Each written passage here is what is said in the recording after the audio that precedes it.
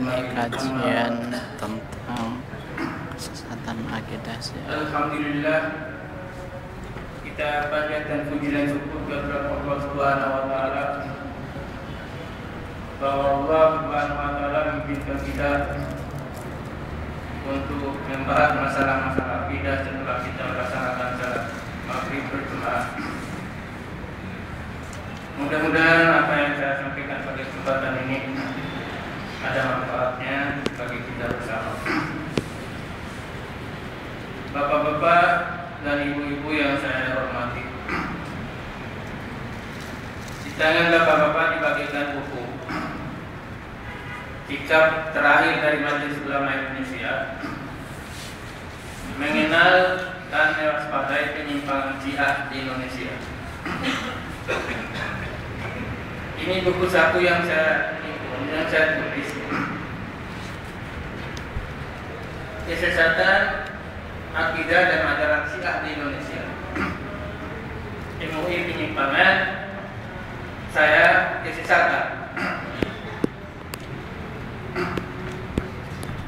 Para hadirin yang berbahagia, tanggal 27 Juni yang lalu, Menko Polhukam mengadakan seminar di kantor Menko Polhukam Lantai 6.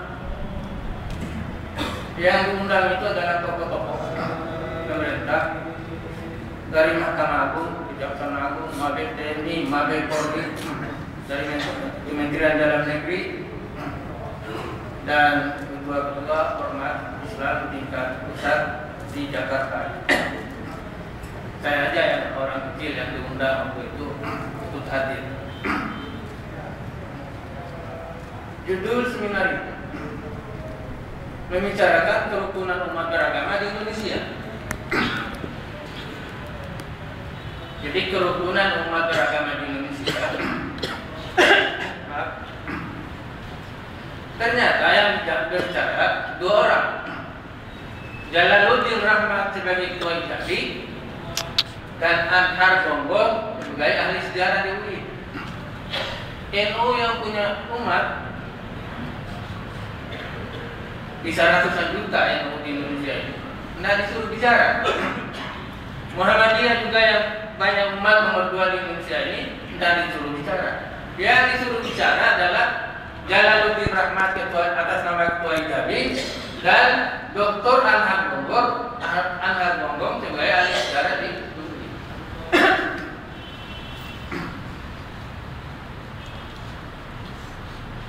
Dalam pengantarnya itu Pak Jalaluddin mengutip saya, menurut Amin Jamaluddin, bahwa Indonesia ini aman tanpa Syiah. Tidak tahu, saya hadir juga di situ.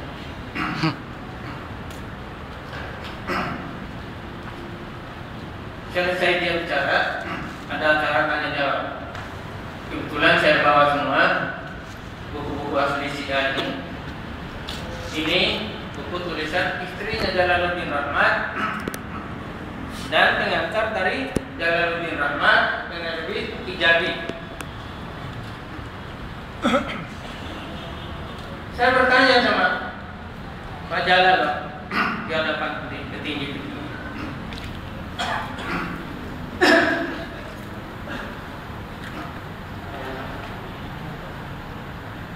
rukun Islam ada 11 perkara.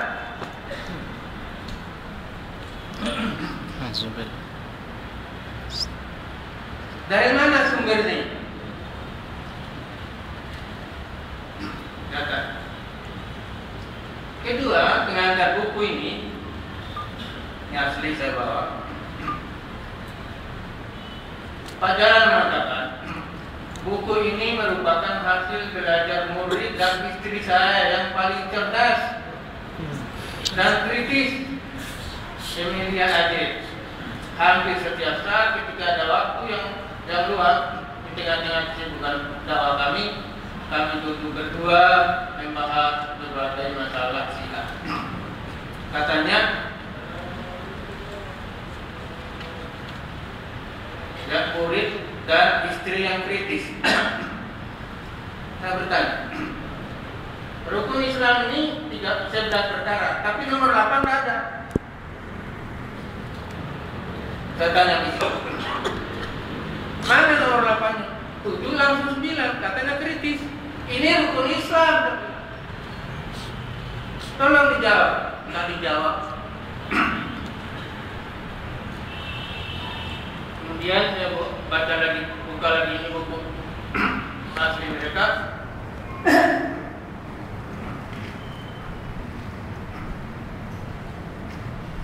Maaf, saya bawa buku aslinya supaya jangan dituduh fitnah.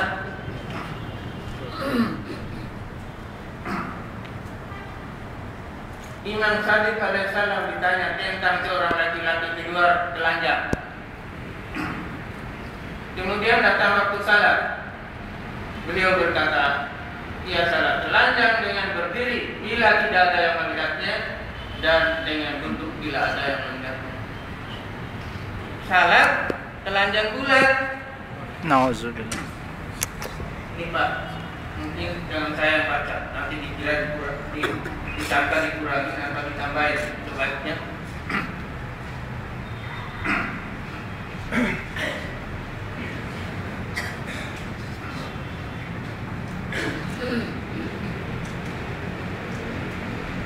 Imam Sadiq alaihissalam ditanya tentang seorang lelaki dan keluar telanjang, kemudian datang waktu sholat. Beliau berkata, dia sholat telanjang dengan berdiri bila tidak ada yang melihatnya, dan dengan duduk bila ada yang melihatnya.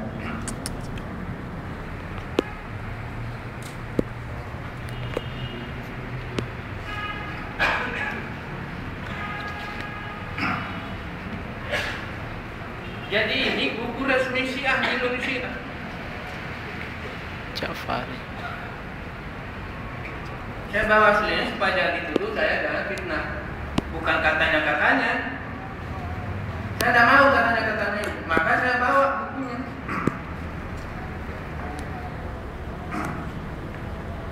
Kemudian saya bertanya sama Jalal waktu itu. Ayat yang berbunyi kullu shay'in halikun illa wajhahu. Kalau kita kan segala sesuatu itu akan binasa kecuali wajahnya. Wajahnya ini adalah Allah Subhanahu wa taala yang kekal. Di sini wajah itu adalah wajah Ali alaihissalam. Jadi yang kekal itu adalah Ali alaihissalam. Kemudian saya tanya lagi dalam buku ini, waktu Allah Subhanahu wa taala menciptakan Jibril alaihissalam, Allah itu bertanya sama Jibril, siapa aku? Siapa engkau? Kata Allah. Nabi saya jawab, Jibril alaihissalam. Datang Ali mengajarkan, hai Jibril, ini Allah, enggak, engkau Jibril. Jadi diajarin oleh Ali. Hebatnya Ali itu menurut Syiah. Ini semua, mata Ali adalah mata Allah, telinga Ali adalah telinga Allah, tangan Ali adalah tangan Allah, dan memandang Ali adalah pahala. Ini semua saya kutip dalam buku kecil ini, buku satu.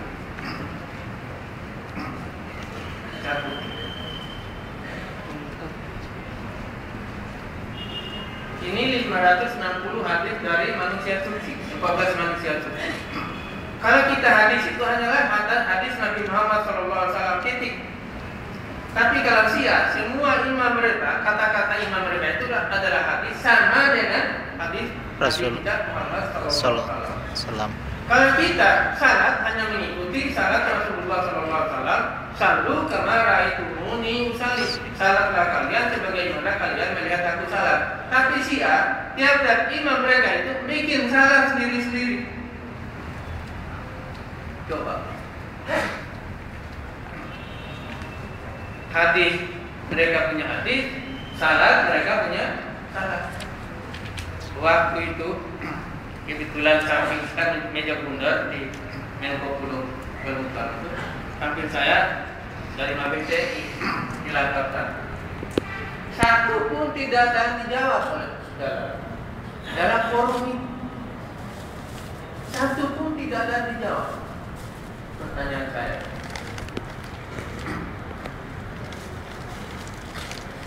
Tadi wartawan Trans Group tanya saya, Pak Amin, bagaimana tanggapan Pak Amin tentang Syiah?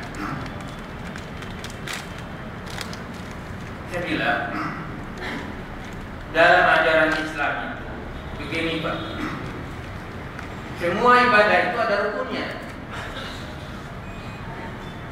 Haji ada rukunnya, rukun haji ada. Puasa ada rukun puasa. Salat ada rukun salat. Wudu ada rukun wudu. Meninggalkan salah satu dari rukun tersebut, umpamanya salat, meninggalkan salah satu dari rukun salat, batal salatnya walaupun dia salat. Bilang ini rukun salat Islam Syiah. Rukun Islamnya Syiah tidak ada mengucapkan 2 kalimat syahadat.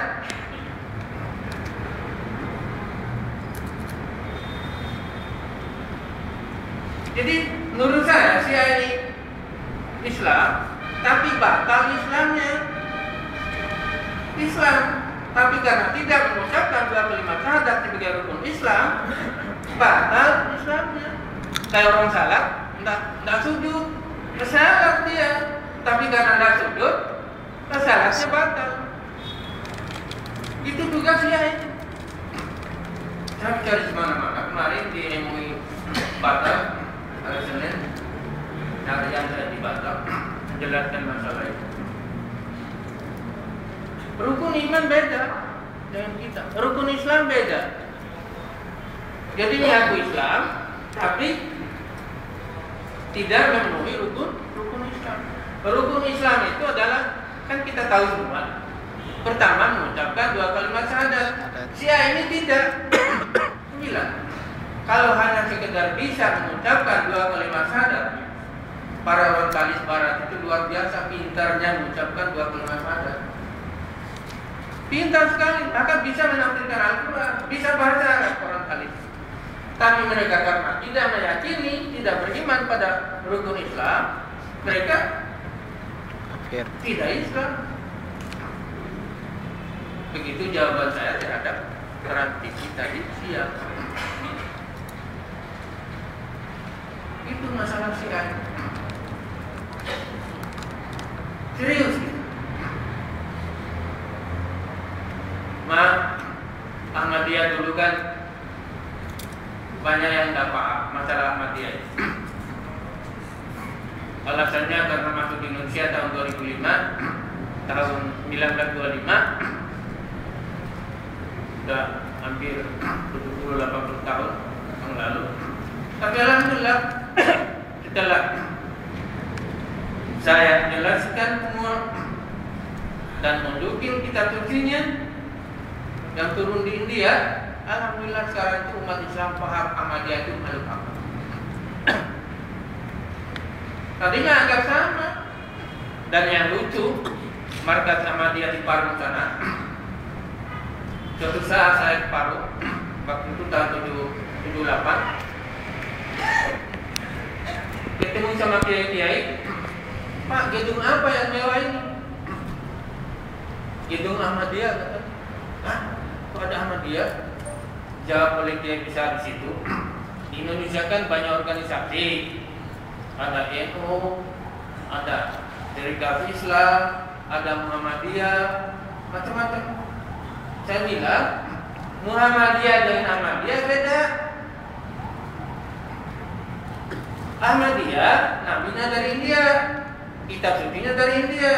Muhammadiyah kitab sucinya dari Mekah, Al-Quran, nabinya dari Mekah, Madinah. Kaget ulama-ulama itu. Kok beda? Ada beda Muhammadiyah dan Ahmadiyah? Iya beda, hampir mirip nama tapi ajarannya beda. Hanya Dan minta tolong dikumpulkan ulama dan MUI dan pimpinan ulama-ulama di Parung ini saya jelaskan. Setelah saya jelaskan, alhamdulillah ada nabi dari India. Yang kita tahu sih ada nyanyian dari India, boneka dari India. Nah, di kitab suci tak bisa kita terima, tak bisa. Hanya alhamdulillah dari tahun itu Ahmadiyah itu dimusuh oleh orang di Palu. Alhamdulillah sekarang sudah keluar SKB 3 Menteri yang menggantikan kegiatan Ahmadiyah. Jadi Syiah ini lebih dari Ahmadiyah ajarannya.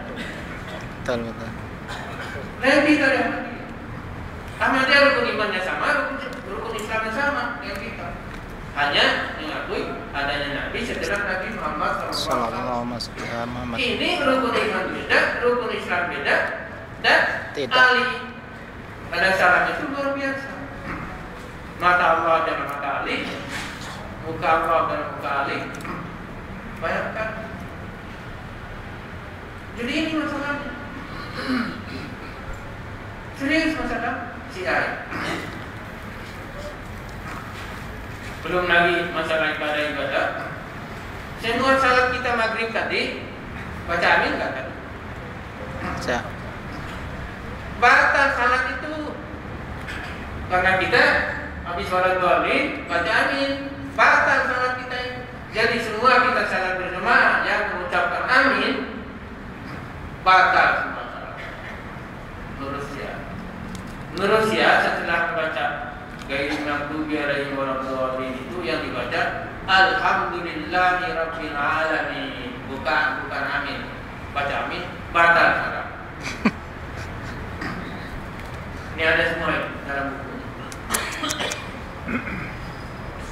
Sedekah, kalau kita kan mau sedekah mau lurus ke bawah silakan aja. Itu khilafiyah. Demo pusat itu kalau khilafiyah jangan dipersoalkan. Jangan dipersoalkan khilafiyah. Mau lurus ke bawah, mau sedekah silakan aja, jangan dipersoalkan.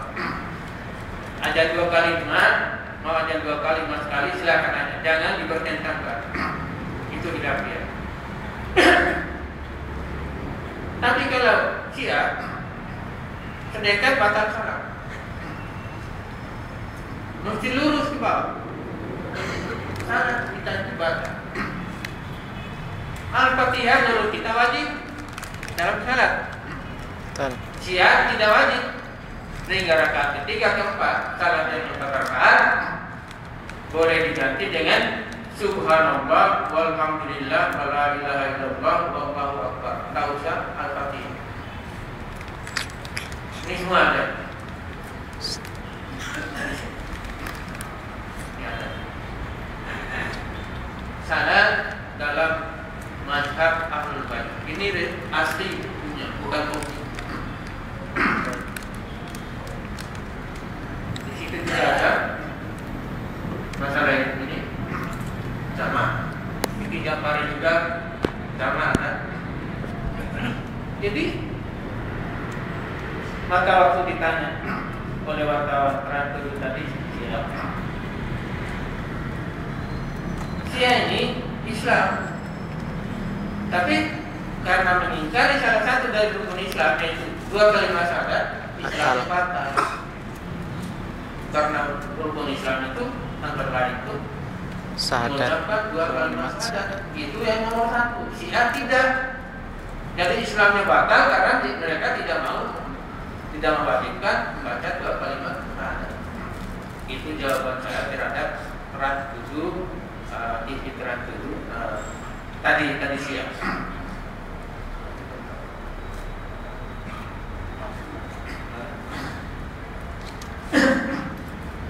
Jadi ini pesan sang Imam Humaini.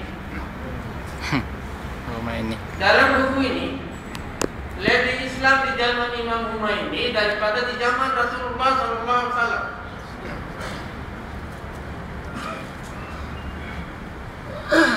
Saya tandai. Alasannya, di zaman Rasul ada sahabat itu diajak berperang tidak mau ikut. ada alasannya sehingga tidak mau itu. Zaman Khomeini, ayo demonstrasi, turun semua, tidak ada satu pun juga yang tidak turun. Jadi lagi Islam di zaman Imam Khomeini daripada di zaman Rasulullah SAW. Sahabat ada yang enggan untuk pergi berperang bersama Rasul.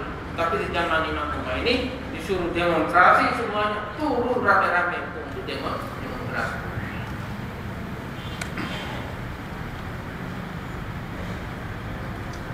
Jadi ini masalah Syiah serius.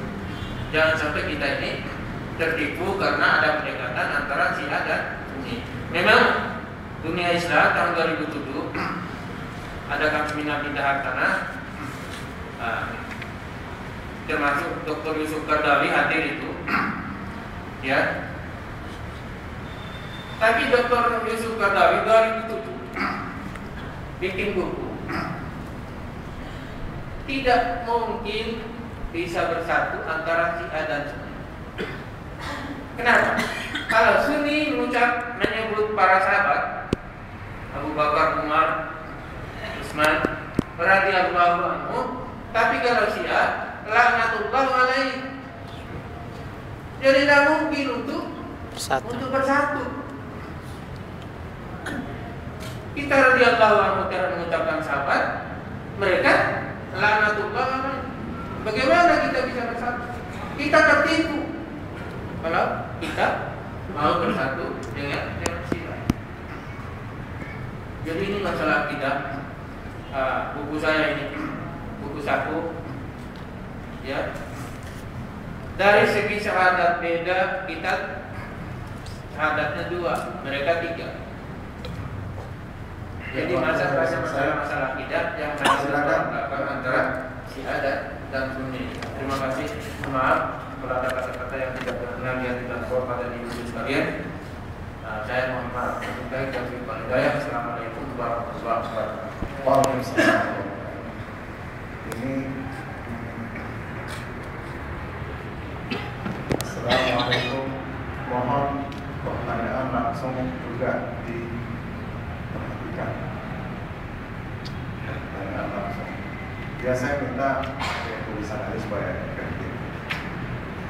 Bismillah, Pak Ustadz, saya mau tanya apa peran LPPI dihubungkan dengan paham-paham agama di Indonesia? Apakah kalau LPPI mengeluarkan pernyataan suatu agama sesat akan pasti jadi rujukan MUI mengeluarkan fatwa?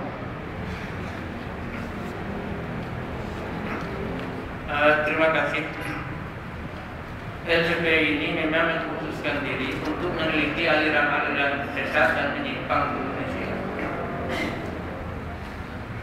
Pernah teman-teman di PP Muhammadiyah lagi kumpul, Amin, ada buku bagus yang baru terbit, kata teman-teman di PP Muhammadiyah.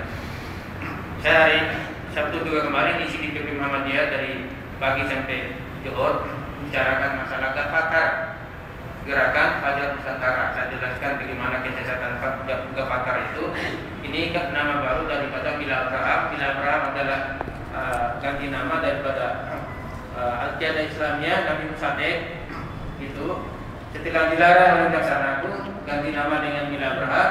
Dilarang oleh Gubernur Aceh, ganti nama dengan Gafatar.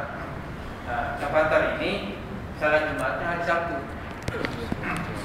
Yang dipakai ayat seperti kita. Maaf saya agak aneh. Ya ayyuhalladzina amanu idza nudiya lis-salati min yaumil jumu'ah fas'au ila dzikrillah. Hai orang-orang beriman, apabila dipanggil untuk salat pada hari Jumat, kalau kita mengartikan yaumil jumu'ah itu hari Jumat. Milad berapa? Yaumul jumu'ah itu hari berkumpul. Kapan berkumpulnya? Pakai ayat lagi, ayat Al-Quran. Yaumul Sabat, hari Sabtu. Jadi salat Jumat yang benar adalah hari Sabtu, yang salat Jumat hari Jumat adalah sesat. Di Depok sana mereka salat Jumat hari Sabtu. Nah, tapi radar Depok sudah kasih informasi, ya. Akhirnya masyarakat sekitar itu, Pesona Kayangan Depok, tahu bahwa mereka itu salat Jumat hari Sabtu. Akhirnya curiga ini masyarakat, sekarang itu kabur, tahu di mana lagi salat Jumat itu setelah radar Depok. Jadi yang salat Jumat hari Jumat itu sesat, yang benar adalah hari Sabtu. Itu inti daripada daftar ini saya jelaskan sama PP Muhammadiyah Sabtu kemarin.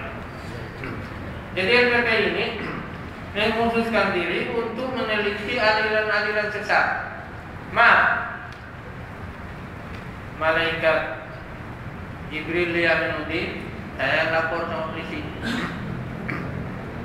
hingga dipenjara. Nabi Musade saya juga yang lapor sama polisi, dipenjara juga sama Musade. Tuhan Cirebon saya juga yang lapor sama polisi. Akhirnya Tuhan Cirebon sekarang itu masih dalam penjara. Vonisnya 10 tahun bagi Tuhan, malaikatnya selamat, bidadarinya 6 tahun. Jadi Tuhan sama bidadari masih berada dalam penjara Cirebon. Dan juga yang bongkar ini. Tahun 2008, alhamdulillah MUI Pusat diundang oleh pemerintah Saudi untuk umrah. Tahu-tahu ada polisi di sana bilang polisi Indonesia paling hebat seluruh dunia. Waduh. Hebat. Kenapa? Bisa nangkap malaikat. Polisi dunia tidak ada yang bisa nangkap malaikat. Polisi Indonesia bisa nangkap malaikat. Jadi itu begini polisi, karena polisi Indonesia bisa nangkap malaikat. Jadi LPP ini mengkhususkan diri untuk meneliti aliran-aliran sesat yang ada di Indonesia. Tuhan Cirebon itu maaf aja. Hidup dalam surga nih. Apa Pak? Saya sampaikan di sini. Maaf kali. Mereka tidak mempunyai pakaian, saya ikut juga dalam surga. Kalau Tuhan menyetujui bidadari ditonton ramai-ramai dan bikin CD-nya. Sehingga dalam pemeriksaan Polda Jawa Barat, karena itu sudah banyak kita tidak laporkan ke Polres Cirebon, tapi di Polda. Saya tanya sama Tuhan, saya bilang, taruhlah hubungan ini suami istri. Ini kan urusan suami istri dan kamar. Kenapa dibikin CD? Kenapa disebarkan? Diam aja itu Tuhan dalam. Hanya dibawa pengadilan. Biasanya dan PNPS nomor 1 tahun 65 itu paling lama hukumannya 5 tahun. Tapi Tuhan Cirebon 10 tahun. Kepala bidadarinya 6 tahun. Anak buah bidadari dibebasin semua. Kepalanya malaikat Jibril selamat di Cirebon. Jadi memutuskan diri memiliki aliran sesat, sehingga teman-teman Muhammadiyah ada buku bagus kami harus. Saya bilang kalau bagus buku belum tentu saya beli, tapi kalau sesat itu buku wajib saya beli. Jadi kantor saya itu penuh dengan buku-buku sesat. Itu, wah kami lain ya kita. Kalau kita bagus itu baru itu, kami sesat itu baru beli. Itulah beda. Nah kita dengan saya dengan bapak-bapak itu di PP Muhammadiyah. Jadi mengusulkan diri untuk meneliti aliran-aliran sesat di Indonesia ini. Banyak aliran-aliran sesat. Jadi masalah MUI itu kopi data-data yang ada di LPP itu bahan MUI itu bukan dari kita. Akhirnya itu kita buka ikut itu data-data dari LPP dikopi oleh MUI kemudian dibahas oleh MUI. Jadi itu peranan LPP di apa itu?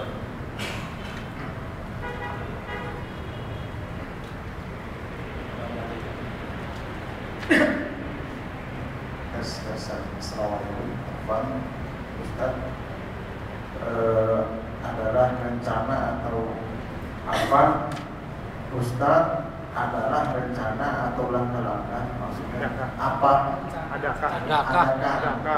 Harusnya Oh ya, adakah rencana atau langkah-langkah MUI untuk membersihkan personil-personil dari Syiah? Ya ini antara MUI keluarkan buku ini kan langkah awal. Alhamdulillah.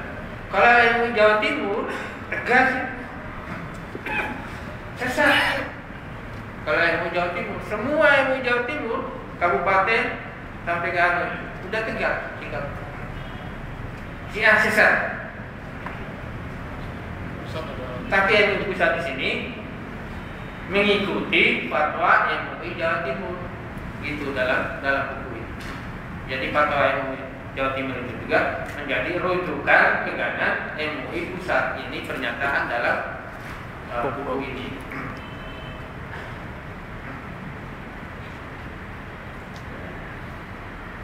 Bagaimana pendapat Ustaz kalau ada sekelompok ormas yang membagi sekte Syiah menjadi 3, Bulat, Rafidah, Mu'tadil. Jadi yang Ustaz Bulat dan Rafidah 2. Apa saja media-media yang menjadi corong ajaran Syiah? Masalah pembagian Syiah, saya ini bicara masalah Syiah, buku-buku Syiah yang ada di Indonesia. Resmi diterbitkan Syiah Indonesia. Yang dibicarakan saya dan MUI itu adalah Syiah Indonesia. Kita tidak bicara Syiah di luar, yang ada di Indonesia berdasarkan data-data yang kita punya dari buku-buku penerbit resmi dan dijual resmi oleh Syiah. Buku ini aktual ini Nerbit Al-Huda dekat Republika, datang aja di sana. Dan ICG itu ada dijual juga. ACC. Jadi Syiah di Indonesia berdasarkan buku-buku yang mereka terbitkan, ini yang kita bahas. Tidak ada bagian-bagian. Sebenarnya buku ini penerbit Syiah itu yang kita pegang.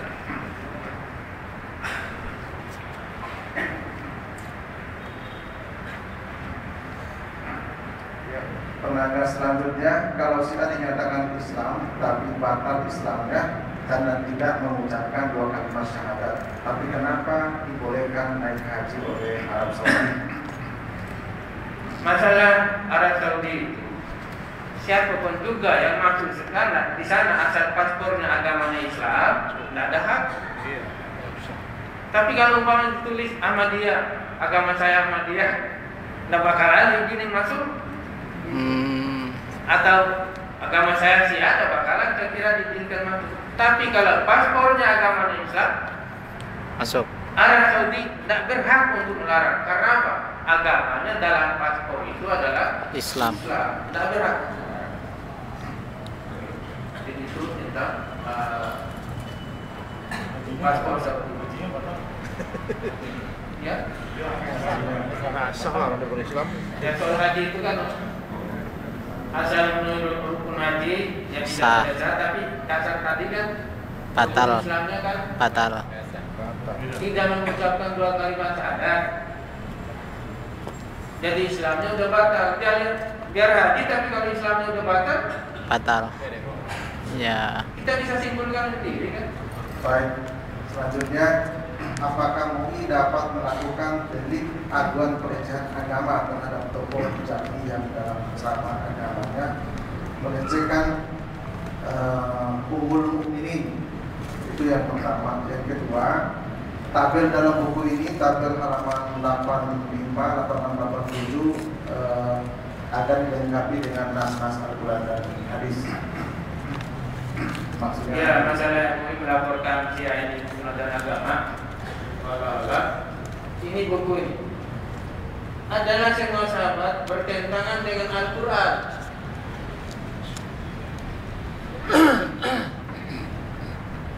Adalah semua sahabat bertentangan dengan sunnah.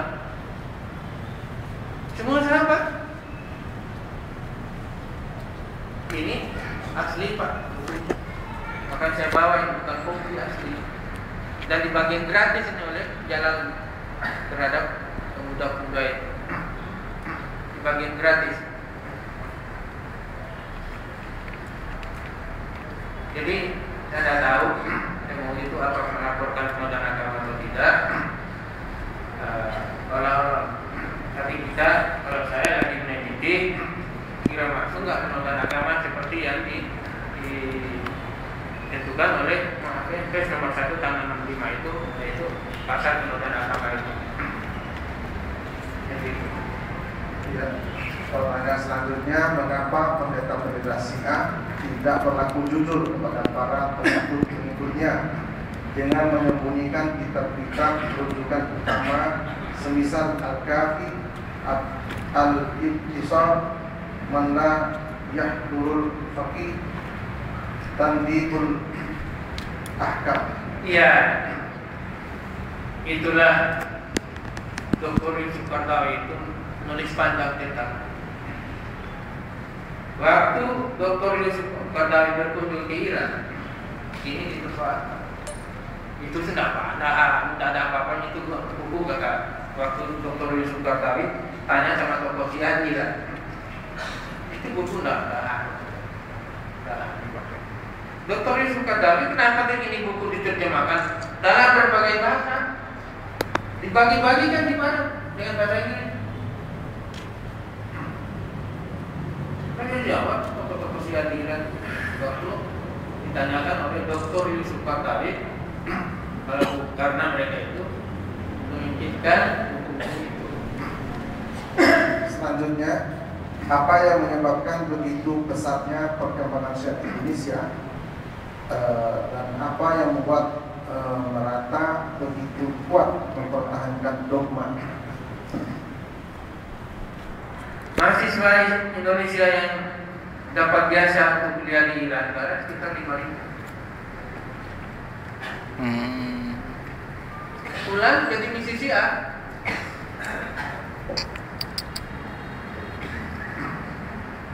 Ada tokoh nih yang sekarang di DPD pusat, Abdurrahman Bima. Ini dari kampung saya orang Bima, padahal dia itu orang Dompu.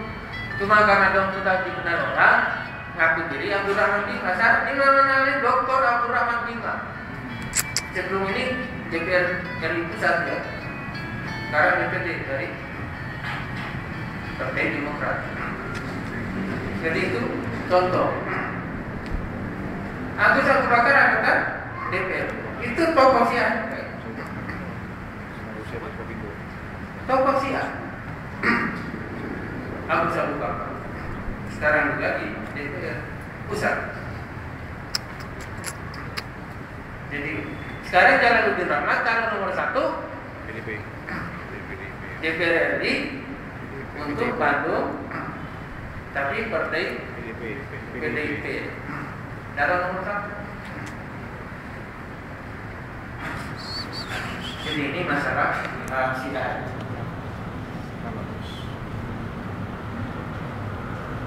Ya, apa Radio Rasil Silaturahim merupakan radio Syiah? Radio Rasil. Apakah Radio Silaturahmi Rasil merupakan radio Syiah? Iya. Yayasan dan sekolah-sekolah Syiah di Indonesia ini. Cuman buku tulisan saya itu habis sama sekali. Semua di Indonesia saya ungkapkan dalam mewaspadai Syiah di Indonesia. Semua yayasannya, sekolah-sekolahnya semua itu nanti kalinya ada semua. Cuma ternyata teman-teman yang datang di kantor itu dia karena itu diambil. Saya sendiri yang nulis tidak punya arsip. Buku tulisan Pak Amin tidak ada. Habis cari tidak ada. Tapi sama orang banyak.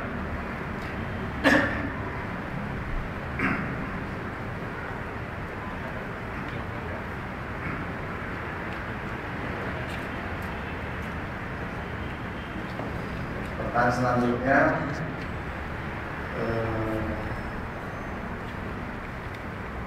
yang pertama bulat ekstrim yang menamakan Imam Adi, yang menuhankan Imam Adi. Rafidah tidak menuhankan Adi, tapi sangat ekstrim kepada sahabat dan mencacikan mereka. Mu'tazilah, Syiah yang moderat, mereka tidak menuhankan Ali dan tidak mencaci para sahabat. Mereka mengatur kekhalifahan Abu Bakar, Umar. Mereka mengakui kekhalifahan Abu Bakar, Umar, Utsman, walaupun yang menjadi prioritas utama adalah Imam Ali. Pertanyaannya, apakah di Indonesia ada Syiah Mu'tazilah ataukah yang di Yaman mereka sudah punah? Benarkah sikap si Fulan dalam membagi Syiah ke dalam 3 kelompok tersebut? Sekali lagi saya sudah jawab tadi. Saya tidak bicara masalah Syiah di luar, tapi Syiah di Indonesia berdasarkan buku-buku yang beredar penerbitan resmi Syiah di Indonesia.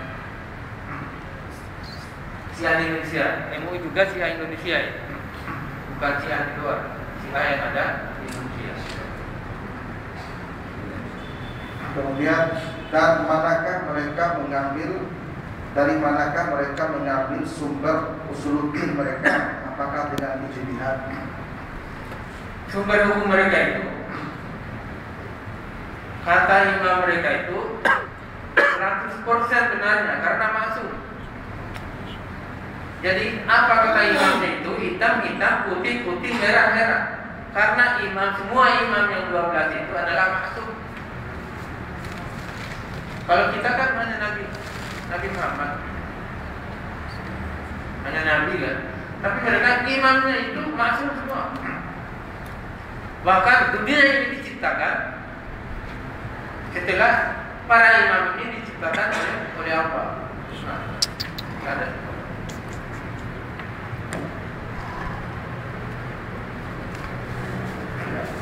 Yang terakhir, salam kajian selain kajian-kajian sering dibahas tentang agresifnya upaya dakwah Syiah ke dalam tubuh umat Islam. Apakah ada upaya serupa dari umat Islam, lembaga Islam yang upaya serupa dakwah ke dalam tubuh Syiah secara terkoordinir, terorganisasi? Masalah itu dalam Quran Tempo tanggal hari Senin kalau nggak salah, Jalaluddin Rahmat itu marah-marah. Kami sudah 20 tahun memperingati Hari Asyura itu, tidak pernah diganggu, lancar-lancar saja.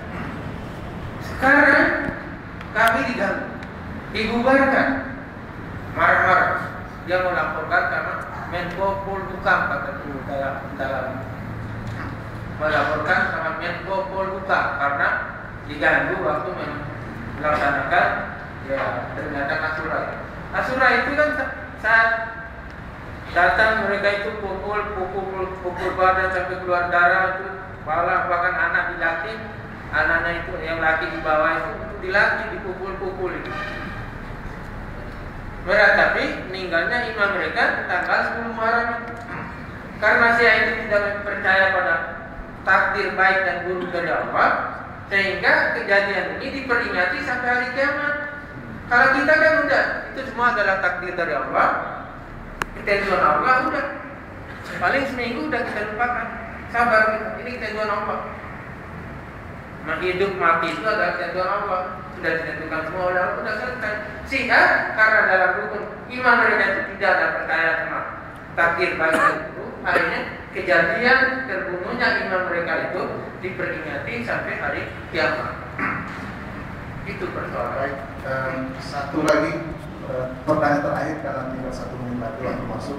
Apa sajakah hari-hari besar Syiah? Ya, yang paling itu tuh hari kemarin itu 10 Asyura itu dikumpulkan semua keluarganya laki di bawah buka baju itu pukul-pukul badan. Ya 10 itu hari besar mereka. Meratapi bagaimana waktu meninggalnya imam mereka di Karbala. Dan tempat suci mereka adalah selain Mekah juga di Karbala itu adalah tempat suci. Sehingga setiap mereka salat selalu ada tanah Karbala itu yang dibungkus ditaruh di sini di tempat sujud. Sujud itu selalu taruh dulu tanah Karbala itu baru mereka salat. Jadi itu kalau kita tempat suci kita adalah Mekah, Madinah, Syiah adalah nomor 1 Karbala. Dan pergi haji juga di sana. Sama dengan pergi haji di Mekah. Ya sudah. Jadi mohon maaf pada kata-kata saya yang tidak berkenan di hati Bapak-bapak dan Ibu sekalian. Assalamualaikum warahmatullahi wabarakatuh. Waalaikumsalam.